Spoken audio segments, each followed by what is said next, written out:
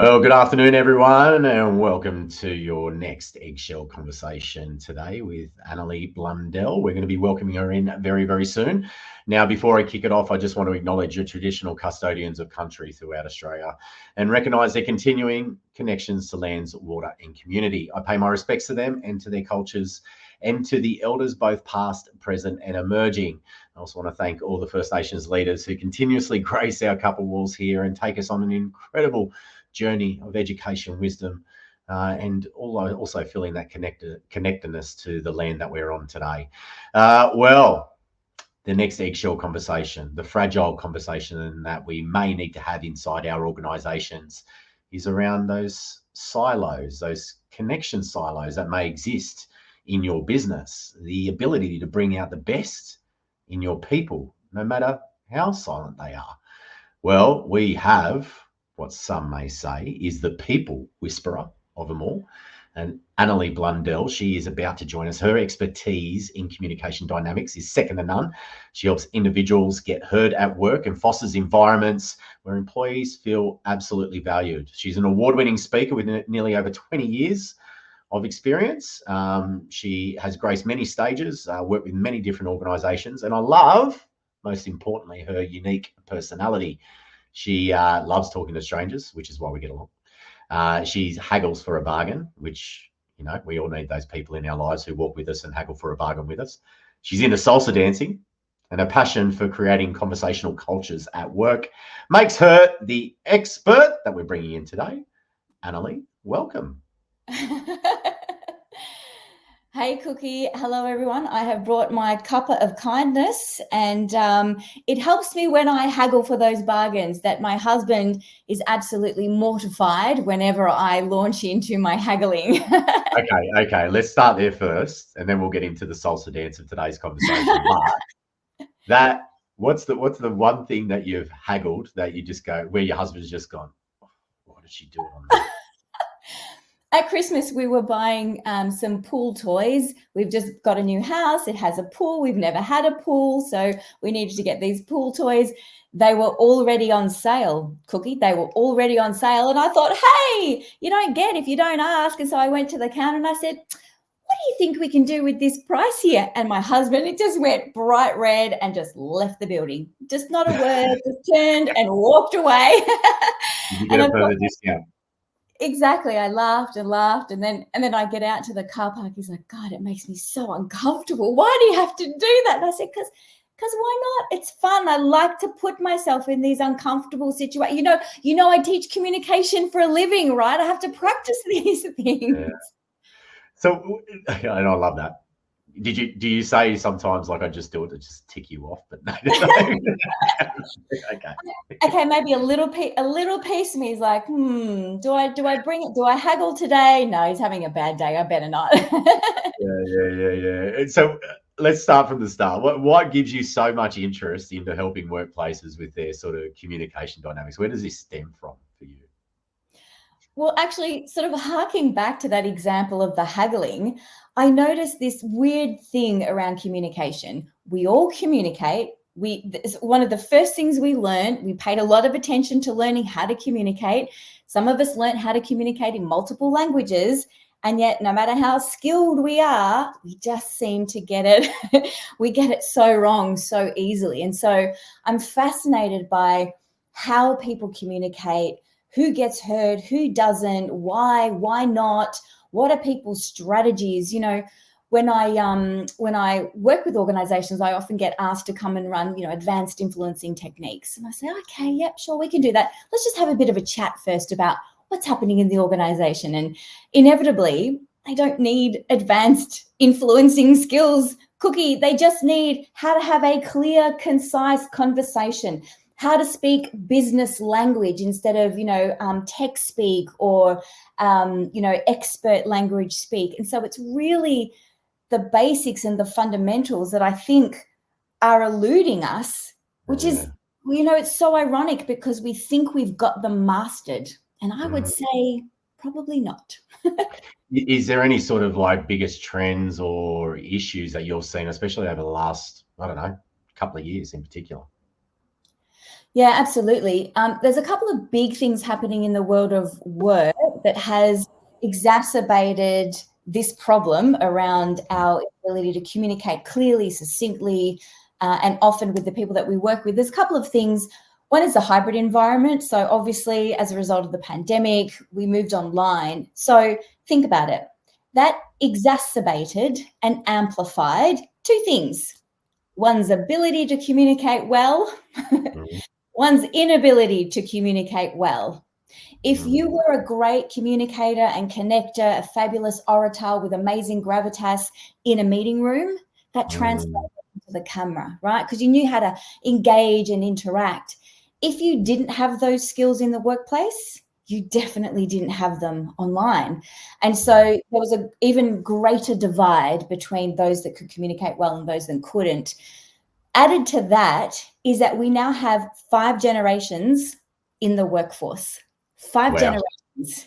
Now, you think about this. I think we're kind of like squeezed in the middle at the moment, but if you think about those 5 generations and how we communicate and the impact on communication, simple things like saying, could you get that done early?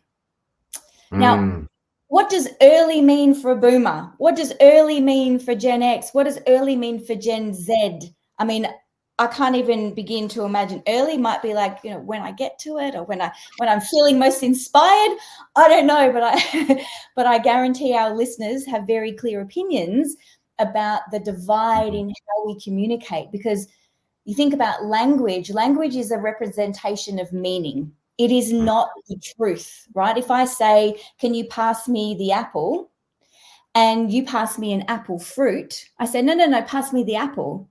I mean the Apple computer. What's the truth in that, right? So it's all about interpretation and an exchange of meaning. The more we've got different generations in the workforce, the more we've got different channels in the way that we communicate, the more layers we add to that act of decoding and interpreting what people are talking about. I love it. And I've been speaking about it a lot through Cuppa. Like, I feel like, and we all know love languages in relationships, our personal relationships. I feel like we've now got all these different bloody connection languages. Like, I can call people and I get their message back saying, hey, I don't listen to my messages, just text me. Then you've got people that are best on email and they don't want to deal in person. Then you've got people that love in person. It feels like it feels like as a society, we have all these different connection languages now, and it's just feels like it's becoming harder to break through the silos. Yeah, I think that's a really astute observation, my friend, and I like this. Well, I have been doing this for a while. And you may run a little something around having Cuppa conversations. I mean, I don't know, but this idea of, you know, borrowing the metaphor of the love languages, you know, we sort of understand what that means. And you're right, we are definitely changing. We know the new generation coming in doesn't want to pick up the phone. They don't want to pick up the phone. Like, stuff like that blows my mind. You know, we don't want to have a meeting. We don't want to do face-to-face. We are starting and ending relationships via the phone. No communication, just text messages. Like, this is the stuff that really boggles my mind. But what I do know is that in terms of trends, regardless of, you know, some of the barriers and some of the context going on with communication, what we do know to be true, and this actually came out recently in the Global HR Trends report that Deloitte releases every year, they showed that organizations with higher worker involvement, i.e. conversations, collaborations, co-creating, so they're talking, communicating, 1.8 times more likely to be highly engaged as a workforce. So, you know, regardless of what's going on with the way we're communicating, we know that we need to be communicating. Awesome. And I can't wait for today's chat, because we're going to get into what this actually means and what organizations need to be focused on to make that happen, because there is this big divide, well, feels like semi-big divide, where workplaces want you to come back in because they probably see that data and they know it's going to make better business decisions. And then you've got employees that don't want to come in, and, you know, they're very comfortable in the world that they're in. And, you know, so I'm going to, you know, that's a thing that we'll navigate in a second. When do we what are the key signs where we know we have an issue as an organization where I suppose our conversational muscle is really weak? The key sign is when there's no sign. So the worst, the worst possible level of communication is when there is none. And this is not just, no news is good news. It's definitely not that. So what we know about the way humans interact and the level of health around conversational intelligence, if you like, in the workforce, is that when your people aren't talking to you, that is a clear sign that it is not a healthy culture of conversation. So we're not creating those containers of conversational safety where people feel that they can speak into the space at whatever level. So I call this lumpy carpet syndrome, right? Something goes wrong. I'm not going to tell my boss. I'm not going to, I'm not going to raise it so it gets solved. I'm just going to sit on it, and it's going to go underground, and it's going to sit under that carpet. And eventually that carpet becomes so lumpy that we end up tripping all over the place, right? Because there's so much in there. So no sign is the worst sign. When discontent goes underground, we face a really big problem. The next level is if people are showing skepticism, or maybe they're a bit scared, or they're a bit hesitant, that's actually a good sign. That means we're making progress. If people are willing to say, oh, we've done this before, or, I remember last time we did that change program, it'll never work. It doesn't matter. It's a good sign that they're willing to engage. That's healthy. What we really want, though, is we want people operating at a level where they feel that they can speak their mind. And there's 3 levels for this. And I call this dangerous dialogue, right? So we want, if we're trying to measure the health of a conversational culture in an organization, you can tell by these 3 levels of dangerous dialogue. So the first level is, do people feel safe to speak up?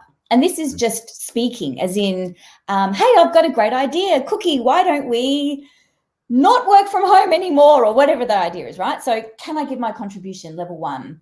Level 2, can I speak out? Can I challenge your idea? You say we need to work from home. I go, no, that's ridiculous. We need to stay in the office. So challenging ideas is number 2. And the third one is, do I feel that I have permission, and is it safe for me to challenge your behaviors? And this is the key one. So this is a really telling cultural marker that I think we overlook. So I talk with people, I coach leaders on their ability to communicate and influence and have impact. And they say, yeah, my team's really good. The culture's really strong. I feel like we've got a really healthy conversation. People always speak up. I go, excellent. That's really great. Question, are they willing to give you direct feedback? Ooh, well, I don't know. If you haven't got the feedback, the answer is probably no. If your direct report has given you confronting and challenging feedback about maybe something you've said to them, how you've handled yourself, whatever the case is that feels really dangerous for them to give, that's actually a sign of a healthy conversational culture. I absolutely love that. And what great layers that you can look at. I suppose, how do leaders start to assess or take recognition or address some of those conversational silos that you're talking about? Like, if they aren't hearing anything, what's the first step?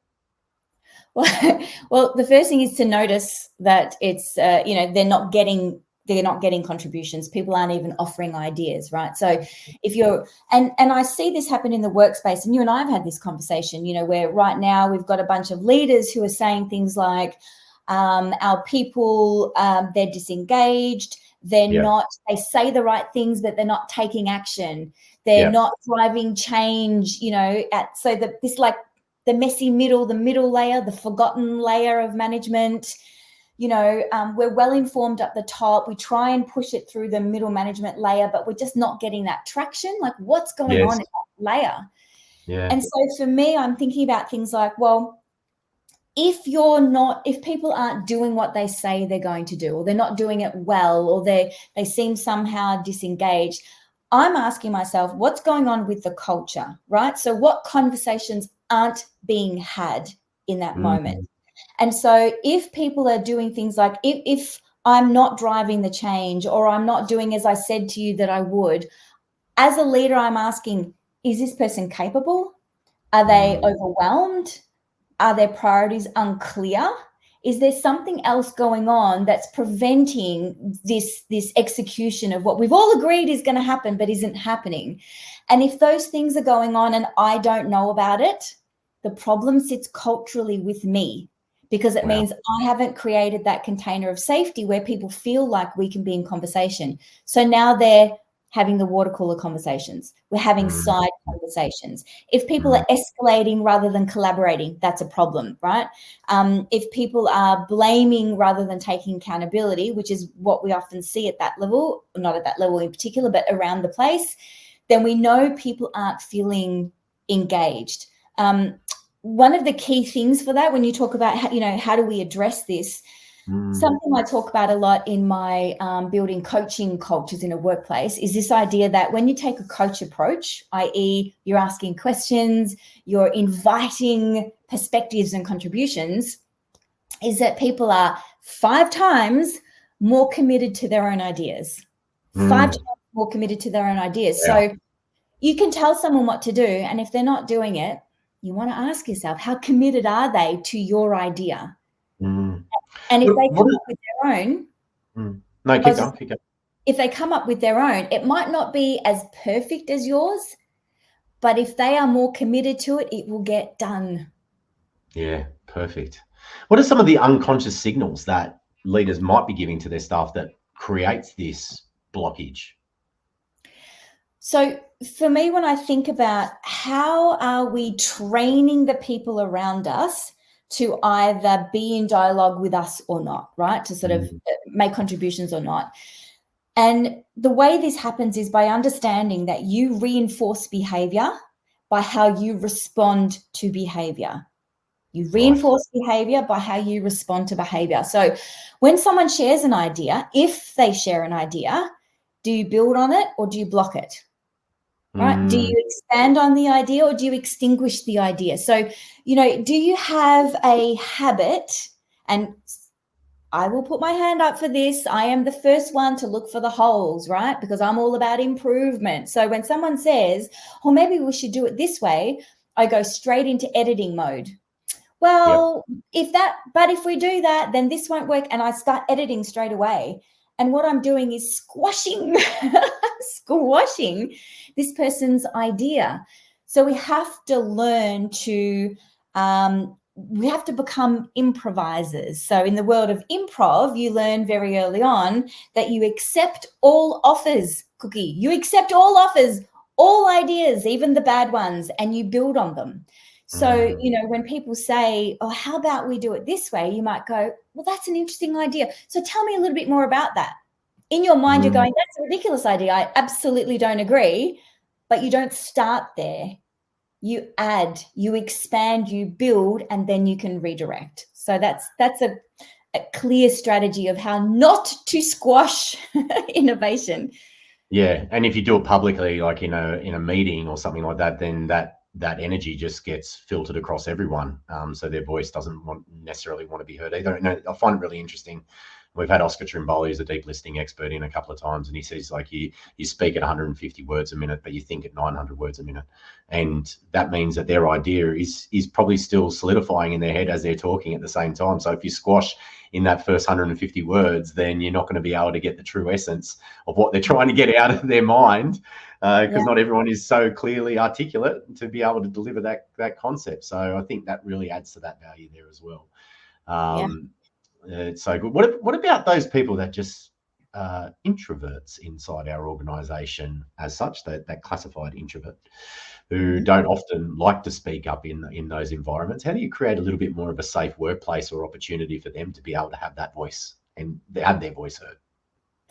Yeah, that's a really important question. And it comes to this idea of basic practices around inclusion, particularly when we're wanting to value all voices, and we absolutely do. So, the irony of an introverted communicator, an introverted thinker, is that they might not say a lot or say a lot fast, as in jump in first, but they think deeply. So this great irony of, overlooking the silent voices is so dangerous in terms of innovation and good ideas and collaboration. So what we want to do is create a sense of safety where everybody knows that A, they will get a chance if they want it.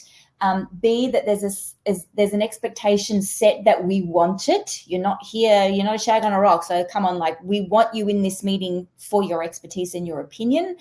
And so we might do things like the leader can make sure that they go around the room and hear from everyone. That's one really simple strategy. Another one for the introverted folks among us is to give them the agenda ahead of time. A lot of people want time to think and reflect and get their ideas solid before they're asked or called upon to share them. So that's a really strong way. Another one is that you can get people to buddy up. So you and I, Cookie, we might be colleagues in a meeting, and I know you're more introverted. And so everyone's having a fast, furious conversation, and I know you'll be sitting on a gem. So I take it upon me as your buddy to say, hey, Cookie, what do you think about this? I know you've got experience in this space, and I bring you into the conversation. Amazing suggestions there for those introverts and those people inside organizations who want to maximize those silent voices inside. You must come across this a few times when you're speaking to lead. I'm just too busy, or to hold these moments, because it does require an in-depth layer of space to give to that other person to do it. When you're pinging, you're dinging, you're flipping to next meetings, how do you approach that conversation with the leader? That is such a good question, and I can answer through a personal anecdote. So I'm sitting in a meeting. I am the potential provider, right? So I'm basically ears into an in-house meeting of a client. And we had a very senior manager in there and about 3 very junior people in there. And this manager was saying, okay, what do you think? And she went around the room one after the other. And I'm sitting there going, we've only got 20 minutes for this conversation. Why are we going around the room? You're the one making the decision. What are you doing? What are you doing? And it was so fascinating because she did that. And what I noticed was clearly this is a pattern that she does. So we all know that when we're in this room, we're only in here because we have a perspective. Otherwise, we're not there, right? There's no passengers in this conversation. So there's an expectation you're going to speak. And there's an expectation. She's trained them to understand that they can come with a quick idea. Often what happens is when people don't feel like they get much airtime, this is my only shot. This is my one shot for the gold. I've got to give you everything I know. But if I know you're going to call on me every single time, I don't need to prove myself. I don't need to take up all the airspace, right? So we literally had a sentence per person, and some of those ideas were gold. And I thought, Anneli, you teach this stuff. And you even had that moment, and here was the most exquisite demonstration. What a privilege to have been a part of that. Amazing. Yeah, what a way to give everyone a voice in that moment. And again, it's sort of like what I'm hearing is you create these habits, and then those habits turn into a forming movement inside your organization that then breaks down those silos, and culture is built from that moment as well. So habit stacking and habit doing is so critical because and managing expectations, like those expectations are really clear around it. What about cultural differences? So the world, we're in a very multicultural environment. Many organizations are in a multicultural environment. Many cultures struggle. Many people from different cultures struggle to speak up as well. Yes, they are silent, but we've got such a weird, interesting dynamic in this country in particular around all these different aspects to culture. How would you assess that if an organization is very multicultural? Yeah, you're right. We have a great representation of different cultures in our organizations. We also, as I mentioned before, have the generational differences. We also have gender differences when it comes to who gets heard, who speaks up, who's expected to speak up, how much space they get to take up. So there's so many things that sit under this idea of culture and how that impacts the way we communicate. So, the rules of inclusion when it comes to voice map across all of those. It's those hygiene habits, and the ones I explained before would go really well. It would serve really well to doing that. I think what's most important here is that we understand that we want people to feel safe to provide their opinion. And what we're saying here is, regardless of your ethnicity, your family background, the habits you have at the dinner table about everyone shouts over each other or nobody says anything, you know, whatever that is for you, the culture of conversation here, the culture of conversation in this team, in this organization, is that here's the way we do it here. So you need to be really clear as a leader and as an organization, each individual is setting the culture of conversation within the organization. We need to be really clear on the contracts we make with people. So if we're invited to a meeting, we're inviting you because you have something to contribute. So if you're sitting there silent and you're not prepared to speak, well, you're kind of not doing your job, actually, right? So we need to find ways to not only make it safe for people and make it inviting for people, but we also need to set a really clear expectation that that is why you're here.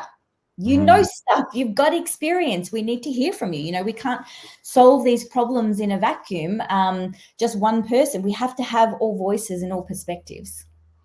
It feels like, you know, especially within leadership roles in particular, our leadership styles are going to have to evolve even further, because there's so many big topic areas that are centering around workplaces at the moment, from the future of work and what that impact may look like, to cultural backgrounds and you know, looking after employees' burnout and mental health, to all these other facets that you almost have to become like a semi-expert. Well, you might tell me, no, you don't have to, Luke, but you might have to become a bit of a semi-expert in many of these spaces versus what traditional leadership was, where, you know, you got the job, you do the job, and you get out and you get it done by this time, and you work hard, and it's so evolved so much.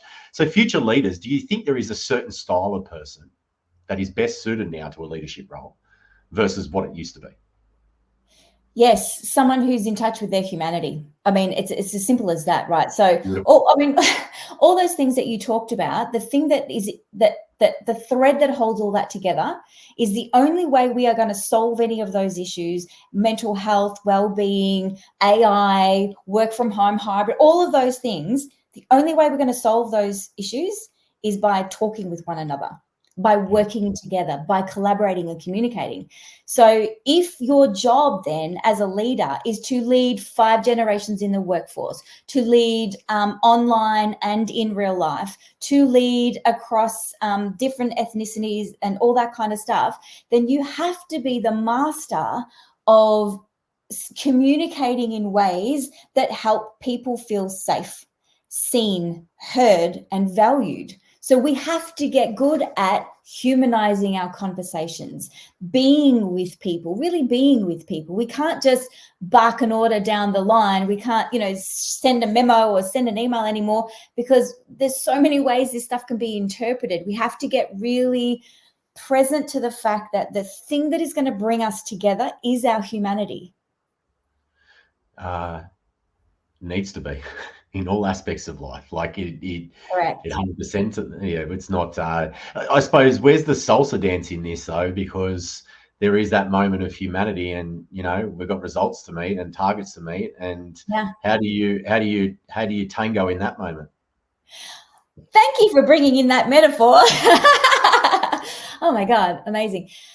Well, one of the things I love the most about salsa, apart from just it's amazing, is that it's a real partner dance, right? Yeah. So when you're dancing freestyle salsa with someone, you don't know the steps that are coming. You're making it up on the spot. One person's leading, the other person's following, and you're following by very subtle cues and signals.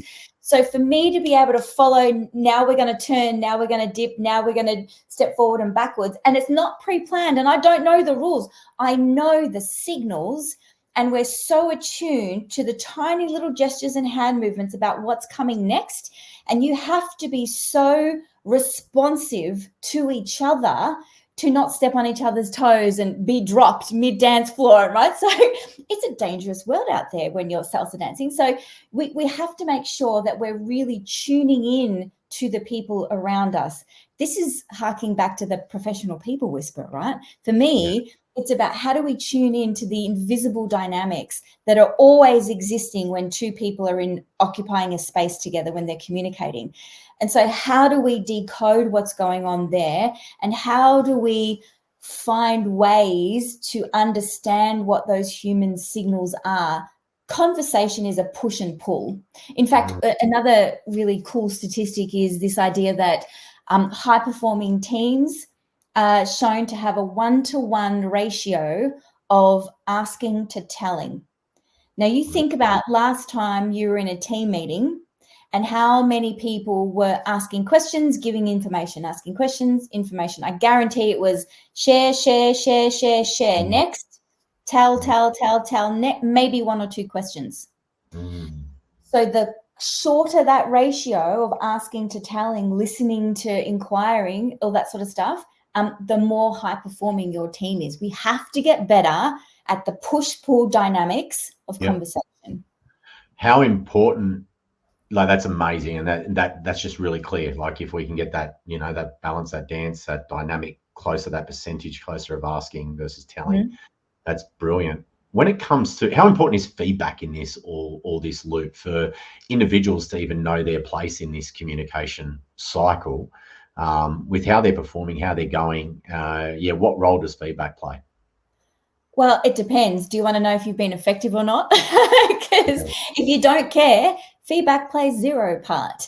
If you do care, then feedback is absolutely critical. So one of the tenets of good communication is nothing has meaning except the meaning we give it. You know, if you want to know how effective you've been in a conversation, you need to see the result of how that piece of communication landed. So as I said to you, when I say, can you pass me the apple? If you give me the fruit and I mean the Mac computer, I have not been effective in my communication. And I need the feedback, right? I need to get the fruit to go, oh, actually, I should have made that clearer. I should have pointed, or I should have said, I need the computer. Can you pass me the apple? And so the feedback around being an effective communicator is absolutely vital. But also, it's not just feedback in the one-to-one. I mean, this is the space that I play in, right? Helping people be more effective belly to belly in their interpersonal conversations.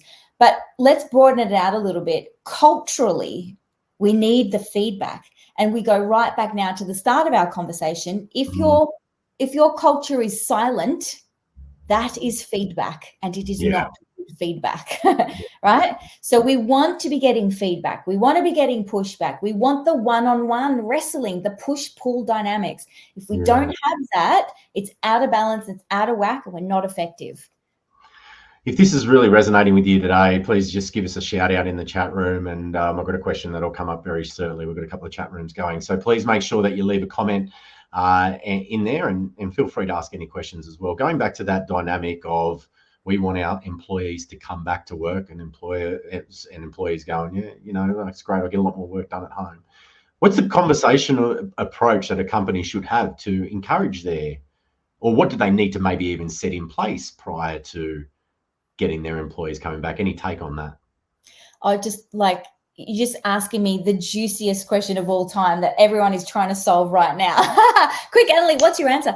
So I am watching this conversation with great interest. So I'm seeing companies saying blanket mandate, everyone has to come back. You would have seen this too. I'm seeing companies saying blanket mandate, we are all online. And I think there is a middle ground.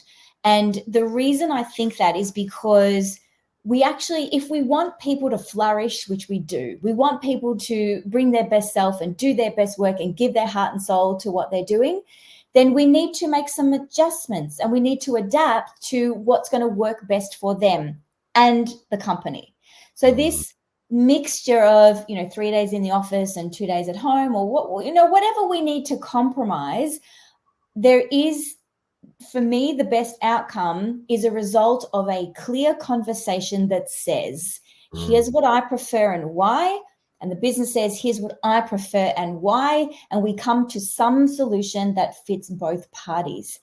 Because if we're not doing that, we are mandating and we are not collaborating. We are not co-creating. Remember the stat at the start, 1.8 times more likely to have a highly engaged workforce if you're communicating, collaborating, having those conversations. So mandates, they are dangerous. Mandates are dangerous. And I think if you position it in a way where those days that you are in, there will be more of those moments of connection and collaboration. And space for people to thrive, their ideas and opportunities to be connected. We had a question from Tracy earlier around what if your boss is the one that is hindering this ability to happen? How would you approach that conversation? Oh, Tracy, I feel for you.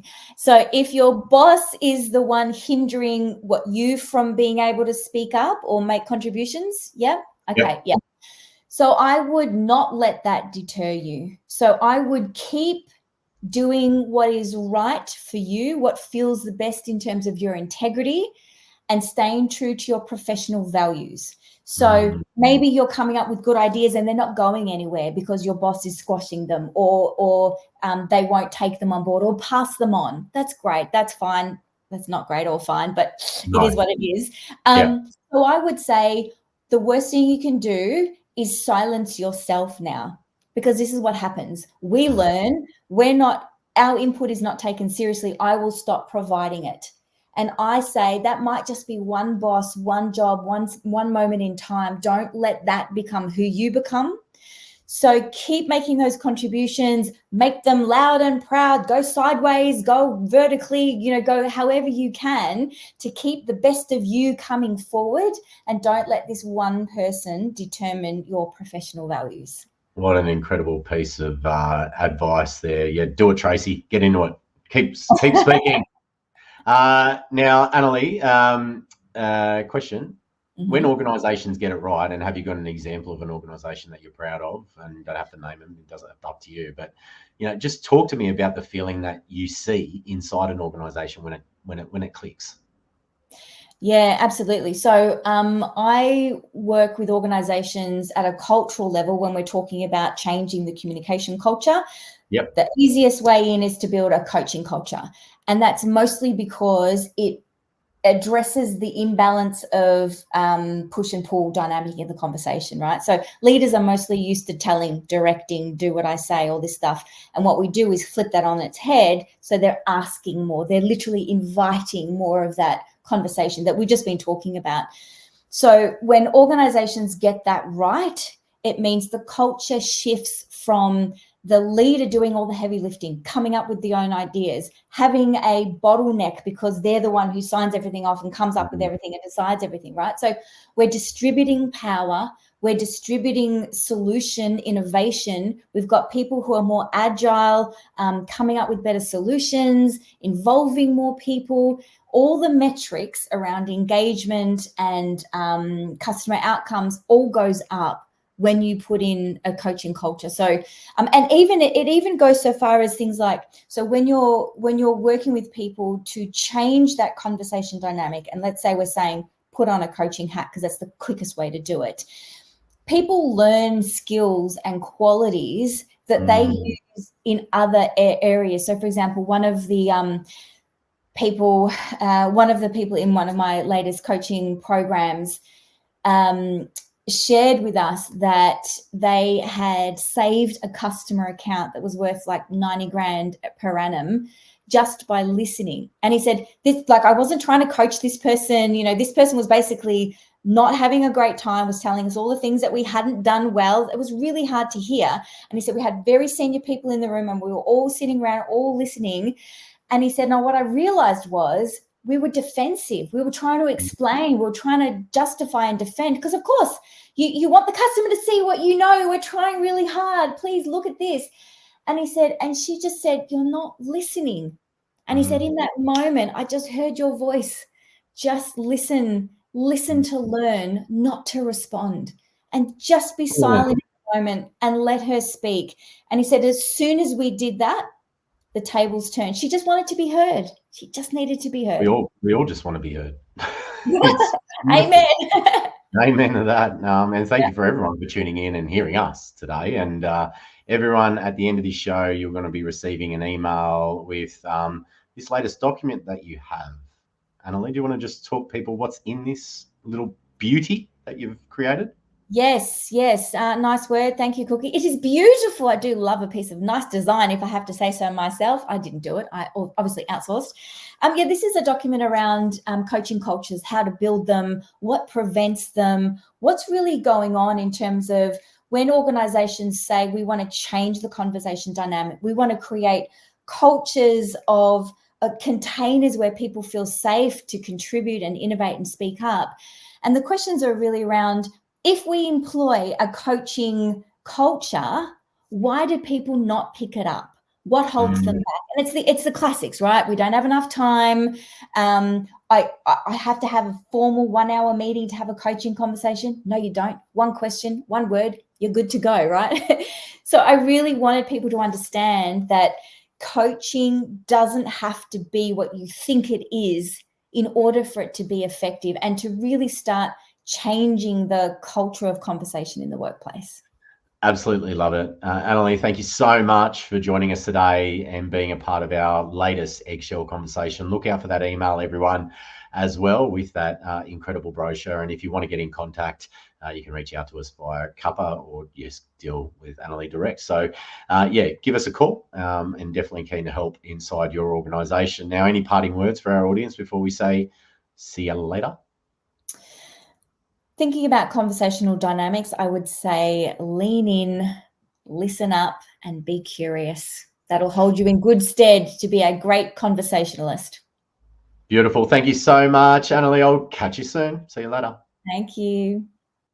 Thank you, everyone, for joining us, joining our latest Eggshell conversation. We have the incredible Yemi Penn coming up as our next Eggshell show. It's all around trauma in the workplace. Many people are going through many shifts of trauma at the moment, whether it's the external factors of the world or internal challenges that they're experiencing. How attuned are you to your employees' trauma? Yemi Penn is one of the best in the business, and I can't wait to have her in for our next conversation, which is on Thursday, the 27th of June at 12. It is a free show. Invite your people teams, HR leads, CEOs, leaders. It's really for those leaders like you inside your organisation. So feel free to extend the invite far and wide. That is it, everyone. Thank you.